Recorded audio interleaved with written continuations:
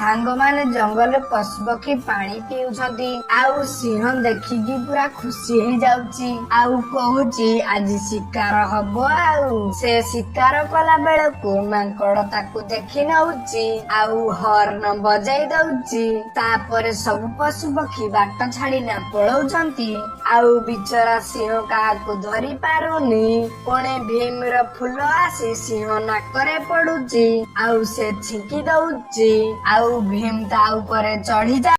ତାପରେ ସିଂହ ତାକୁ ଖାଇଲା ବେଳକୁ ସେ ଫୁଲଟା ନେଇକି ଫେରାର ହେଇଯାଉଛି। ତାପରେ ଭୀମ ନଡା ଗଦା ଉପରେ ବସି ତାର ମାକୁ ଫୁଲଟା ଗିଫ୍ଟ ଦଉଛି।